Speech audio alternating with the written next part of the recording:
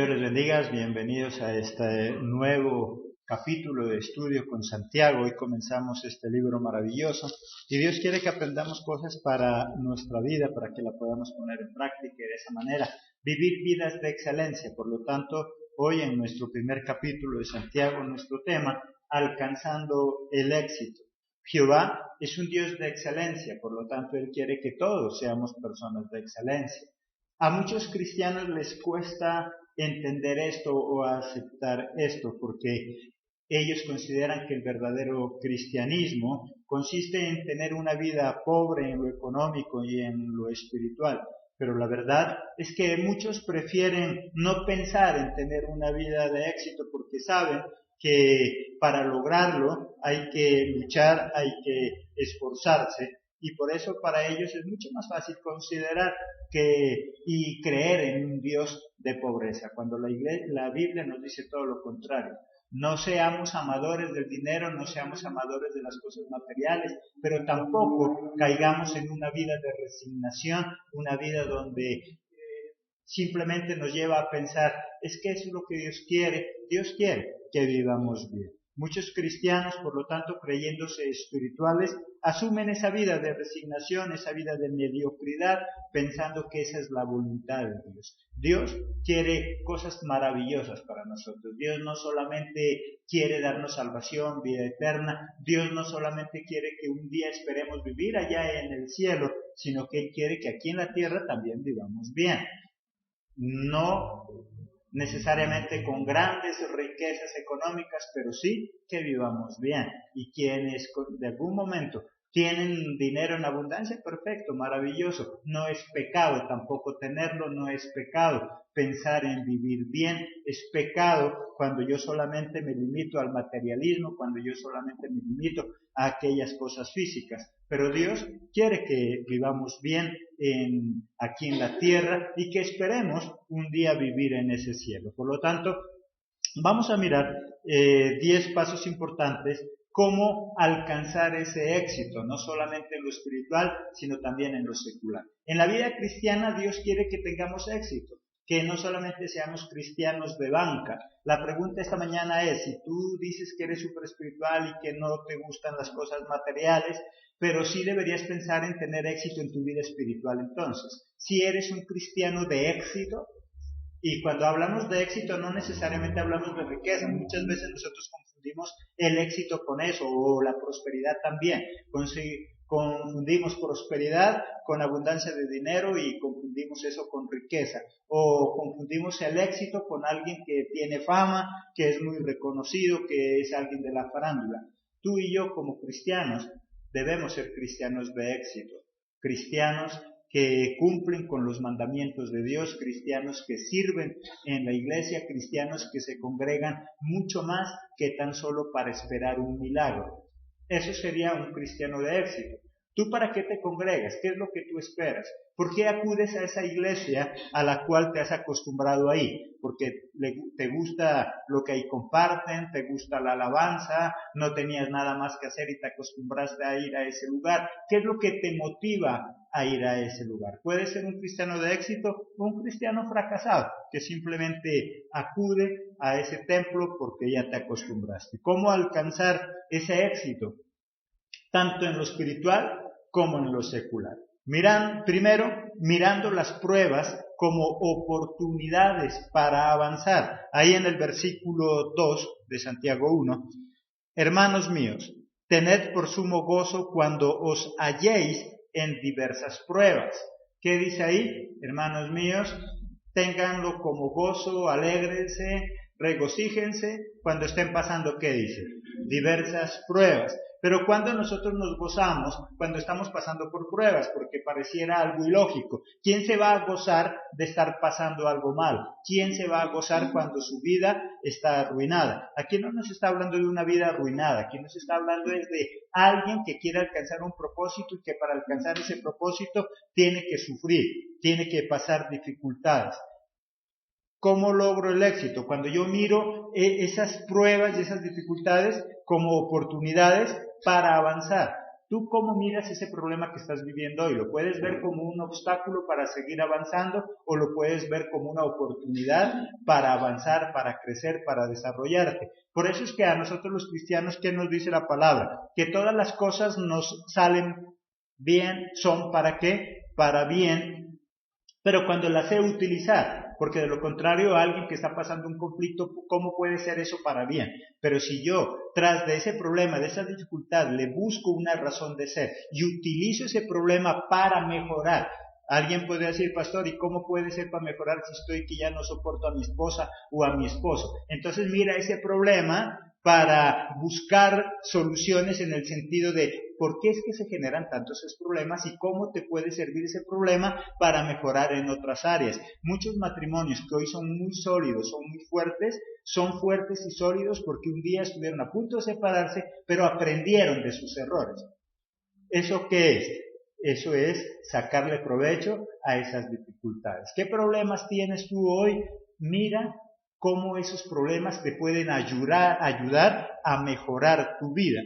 Segundo, aprendiendo a esperar en paz, que es lo que a muchos de nosotros nos dificulta. La mayoría de nosotros los seres humanos queremos que las cosas sean rápidas, queremos que sean de manera inmediata y eso nos lleva a la desesperación, esa desesperación nos lleva a la ansiedad y esa ansiedad hace que tomemos malas decisiones. Ahí en el versículo 3, sabiendo que la prueba de vuestra fe, ¿qué debe producir? Produce paciencia, esperar en paz, esperar en el tiempo oportuno de Dios, pero gozándome en lo que me pasa. Cuando yo estoy pasando por dificultades o cuando yo quiero avanzar rápido, pero las cosas no se me dan, pero yo disfruto ese momento que estoy viviendo, entonces puedo esperar.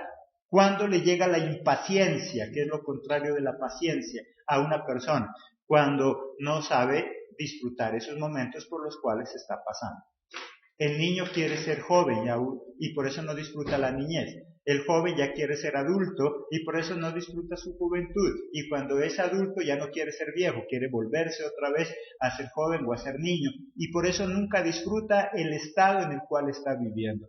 Esta mañana lo que Jesucristo quiere decirnos es, el momento que estás viviendo hoy es el mejor para ti si tú lo ves de esa manera. La edad que tienes en este momento es la oportuna, la ideal para poder vivir en felicidad si tú así lo determinas. Hay muchas personas que llegan a cierta edad de su vida que se desesperan, piensan que ya no hay nada más que hacer, no disfrutan su edad y por eso viven mal.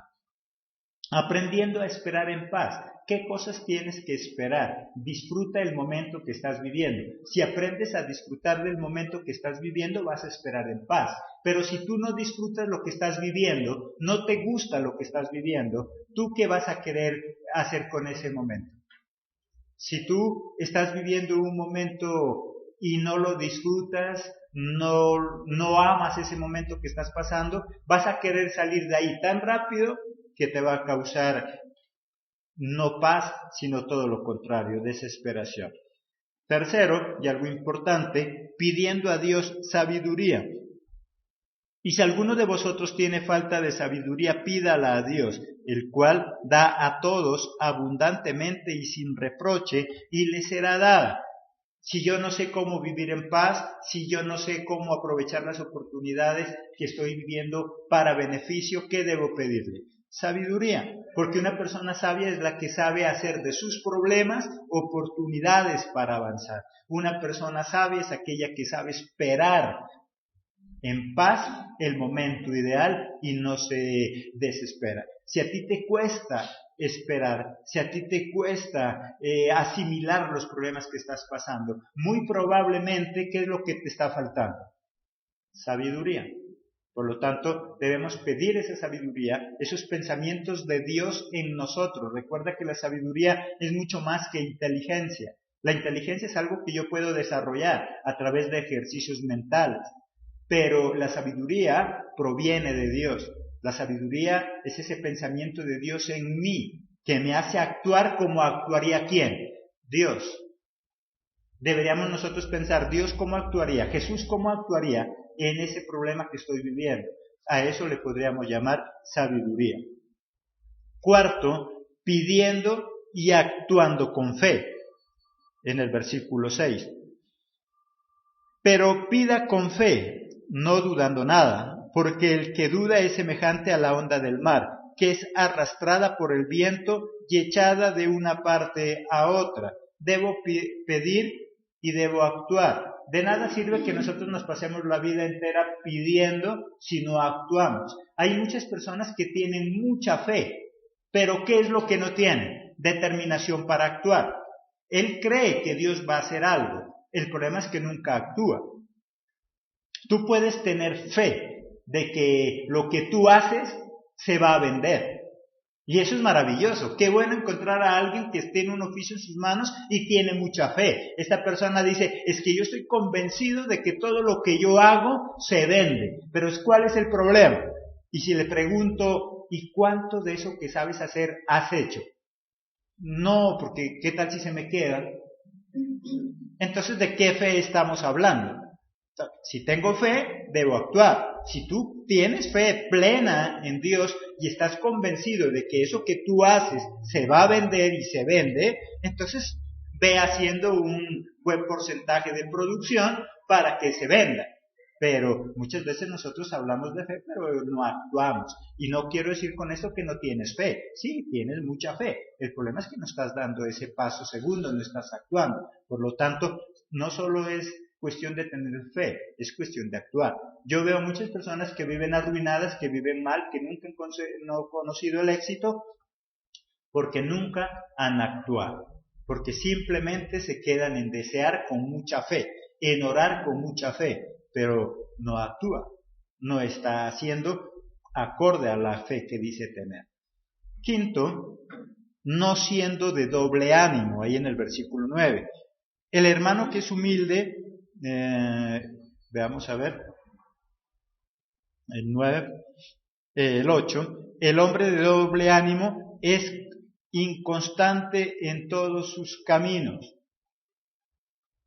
Una persona de doble ánimo, una persona que hoy piensa una cosa, al rato cambia de parecer, una persona que no sabe exactamente qué quiere, lastimosamente nunca va a alcanzar el éxito en su vida. No solamente en lo espiritual. Aquí en Santiago nos está hablando de la vida espiritual. Un cristiano inconstante, un cristiano que hoy cree una cosa, mañana cree otra. Un cristiano que su doctrina se maneja de acuerdo a la amistad que tiene en ese momento. Si hoy tiene un buen amigo que lo quiere mucho, pero él pertenece a la iglesia X, esa persona, ¿en qué termina creyendo?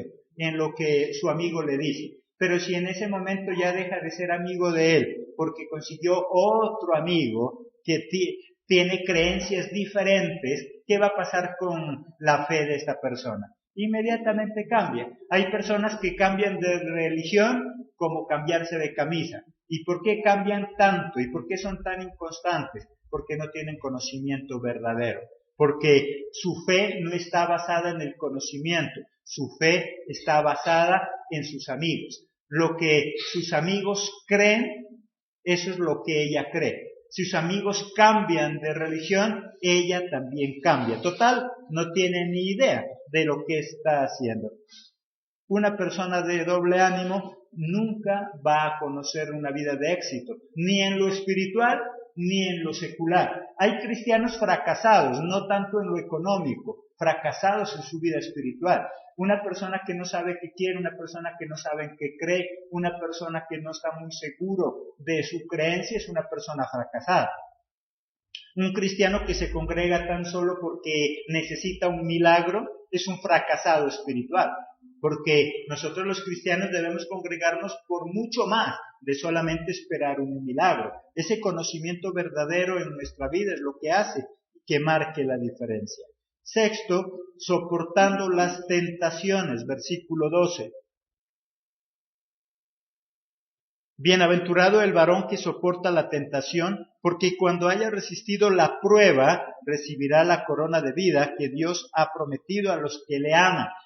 Bienaventurado esa persona, ese cristiano que puede soportar las pruebas, que puede soportar las tentaciones. Y cuando hablamos de tentación no estamos solamente hablando de caer en tentación con la vecina o con el vecino, eso es normal y eso todo el mundo lo sabe y es de lo que más nos cuidamos los cristianos. Pero ¿qué otras tentaciones hay donde nosotros los cristianos no nos cuidamos?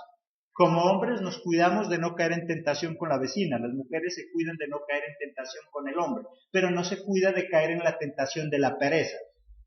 Y constantemente está tentado a vivir en pereza y no hace nada por salir de ello. Constantemente vive tentado en vivir en desánimo y no hace nada por salir de ello. Por lo tanto, ¿qué tipo de tentaciones es lo que nosotros tenemos? Si tú has acordado un momento de intimidad con Dios a una hora determinada, pero preciso a esa hora que tú acordaste estudiar la palabra, están transmitiendo la película que tanto te gusta, la novela que tanto te gusta, a eso también, ¿qué se le puede llamar? Tentación. Y eso también es luchar contra una aflicción. Hay personas que les es muy duro no asistir al partido, pero les es muy fácil no asistir al culto. Y eso también se convierte en una tentación. Si tú miras en tu congregación, en la iglesia, aquí mismo, hay personas que les es muy duro no asistir a ese evento que tienen programado. Y ellos dicen, es que yo no puedo faltar. Pero les importa 5 faltar al culto. Eso sí no tiene ningún problema. Y eso también es un tipo de tentación. Se dejan tentar por cualquier cosa.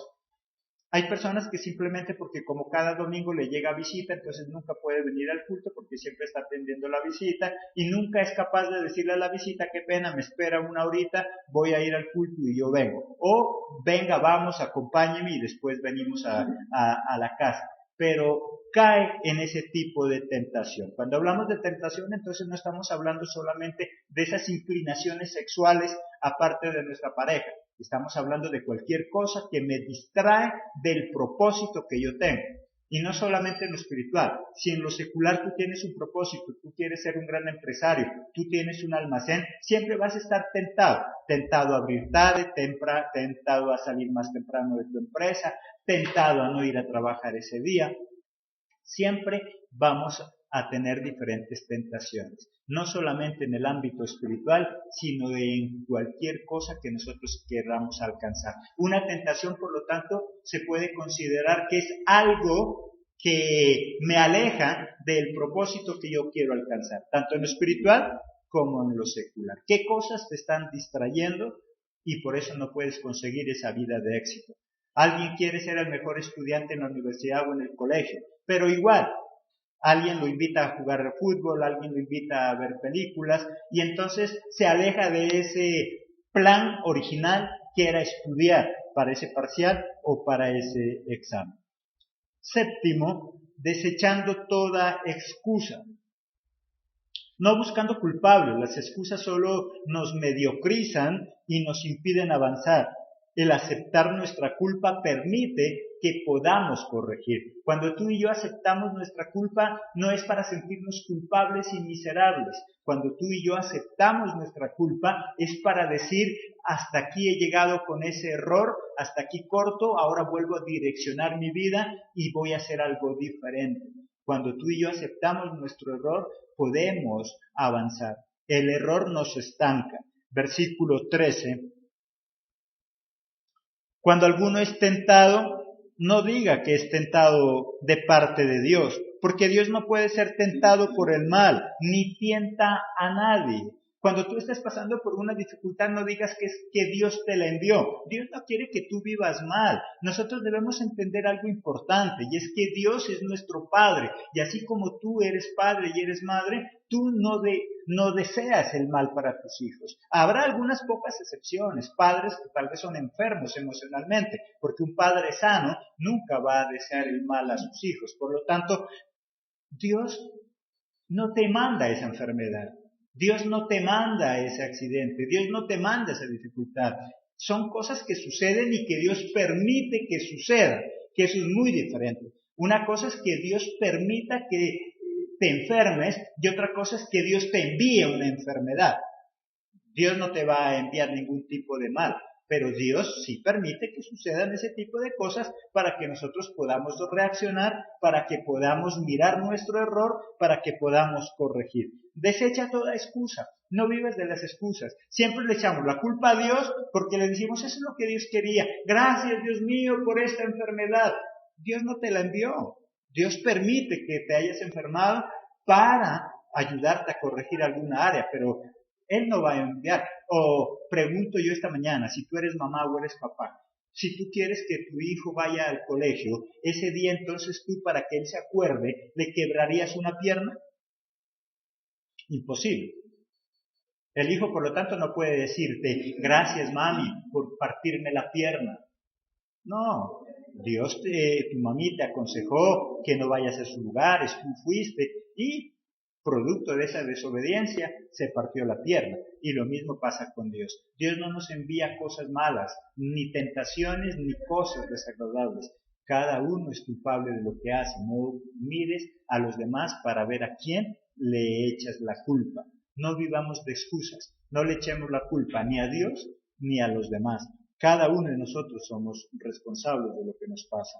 Octavo, hablando menos y escuchando más. Y eso sí que es algo que a nosotros nos cuesta a los seres humanos. Ahí el versículo 19. Por esto, mis amados hermanos, todo hombre sea pronto para oír, tardo para hablar, tardo para airarse. Todos nosotros lo que más nos gusta es hablar, que nos escuchen, pero muy poco nos gusta que escuchar a los demás. Habla menos y escucha más. Si tú tienes problemas en tu casa o tienes problemas espirituales, ¿no será que tú te la pasas hablando tanto y tanto y tanto que no tienes tiempo para escuchar? No ores hasta que Dios te escuche. Hay una frase que leí por ahí.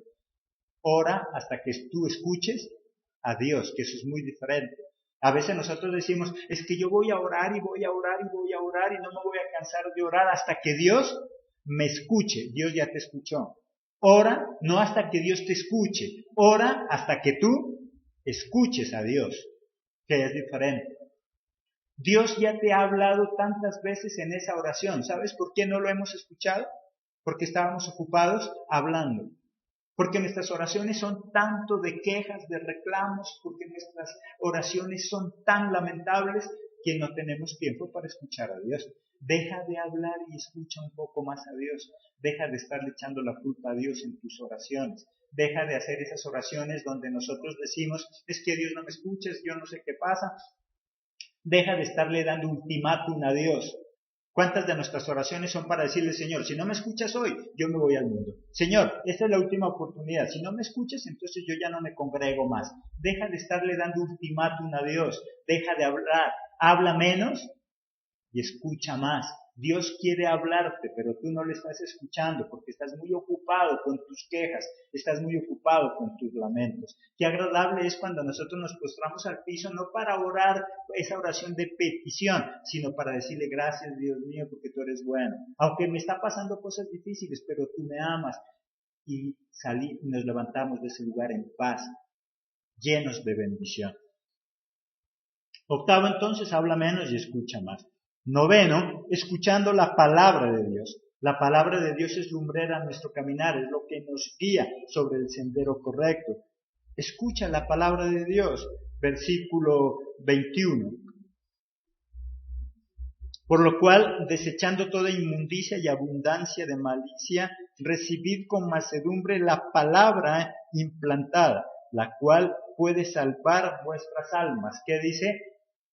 Escucha más. Escucha la palabra. Muchos de nosotros los cristianos cada vez nos alejamos más de la palabra y es muy común hoy encontrar congregaciones, iglesias, donde ya no se utiliza la palabra. Muchos pastores que tan solo con un versículo sacan todo un tema de 2-3 horas y ya no utilizan la palabra. Si tú preparas un tema tan solo con un versículo para 3 horas, podrás ser muy hábil. Eso quiere decir que eres muy hábil en hablar. Eso quiere decir que eres muy hábil en hacer temas, pero probablemente no estás escuchando la voz de Dios. Probablemente ese tema, si con un solo versículo estás predicando 3 horas, significa que el resto, eso proviene de ti. Proviene de tu intelecto, proviene de tu capacidad, de lo que tú dices que eres capaz. Y yo no niego que no eres capaz. Hay personas que son muy capaces, muy elocuentes, hablan muy bonito, pero lastimosamente no escuchan a Dios. Habla, pero lo que Dios dice que hablemos, y para eso necesitamos meternos en la palabra. Cada vez hay más Biblias, pero menos gente que las lea. Cada vez en cada hogar encontramos más Biblias, pero menos personas interesadas en aprender de él, aún siendo cristianos. Muchos es normal ir al culto y no llevar Biblia. Nunca. Lleva 50 años de cristiano y nunca ha leído la Biblia o estudiado la Biblia completa, porque hay muchos que la han leído, pero una cosa es leer y otra cosa es estudiar. Para leer puedes tú hacer un curso de lectura rápida y en unas cuantas horas has leído toda la Biblia, pero para estudiarla se necesita papel y lápiz, versículo a versículo, capítulo a capítulo. No se trata de que la leas en el menos tiempo posible. Hay cristianos que parece que están haciendo competencia de lectura y se preguntan entre ellos, ¿en cuánto tiempo has leído la Biblia? En 2 años. Uy, no, yo la leo en 6 meses. No, yo la leo en un mes. No se trata de quién la lee más rápido, sino quién es capaz de escuchar la palabra de Dios y aplicarla en su vida. 10, poniendo en práctica lo que sabemos, tanto en lo espiritual como en lo secular. De nada sirve sabernos la Biblia de principio a fin de memoria. De nada sirve ser expertos en cualquier área de nuestra vida si no lo llevamos a la práctica. De nada sirve que tú tengas ni sé cuántos títulos universitarios si no ejerces ninguno de ellos. Hay personas que no ejercen la profesión porque tienen una empresa, pero hay otros que no tienen nada y no ejercen su profesión. Por lo tanto, significa que no están haciendo nada. Miremos ahí versículos, el 22, versículo 22. Pero sed hacedores de la palabra y no tan solamente oidores, enseñándoos a vosotros mismos. ¿Qué es la recomendación? Si ya leíste la palabra, si ya la estudiaste, ¿qué dice? Ahora ponla en práctica. Porque si tú eres de los que dices que te sabes la Biblia al revés y al derecho, pero cada vez tu vida personal es un caos, si tú dices que te sabes la Biblia al revés y al derecho, pero tu hogar está a punto de destruirse, como papá eres un fracaso, como mamá eres un fracaso, como hijo, como ciudadano eres un fracaso, de nada te sirve saberte la Biblia. La Biblia no es un concurso de memorización, quién se la aprende mejor y quién la memoriza más rápido. La Biblia es un libro que nos enseña a vivir. Y si tú dices que eres cristiano, entre más años de cristiano lleves, tu vida debe ser mejor. Tu vida debe ser una vida de éxito, tanto en lo espiritual como en lo secular. Si tú dices que eres un conocedor en alguna área, tus actos se tienen que ver. Si tú dices que eres mecánico de automóviles y tu carro parece una carcacha, significa que entonces no estás ejerciendo tu profesión. Si tú dices que eres un mecánico y el mejor mecánico de la ciudad y tienes un carro, ¿cómo debes demostrar que eres el mejor mecánico? Con tu carro, debe ser un lujo. Y si tú dices que eres el mejor cristiano, que te congregas en la mejor iglesia, que tú eres el único que se va a salvar y que todos los demás se van a condenar, eso se tiene que ver en tu vida personal, eso se tiene que ver en tu hogar, eso se tiene que ver en lo que tú haces. ¿De qué me sirve a mí pensar que estoy en la mejor iglesia y que todos los demás se van a condenar si la vida es un asco, si es un caos? Si tú dices que eres el mejor cristiano, eso se tiene que ver en tu vida diaria. Saber mucho y no practicar es lo mismo entonces que no saber.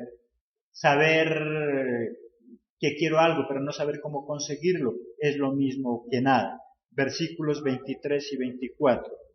Porque si alguno es oidor de la palabra, pero no hacedor de ella, este es semejante al hombre que considera un espejo su rostro natural, porque él se considera a sí mismo y se va, y luego olvida cómo era.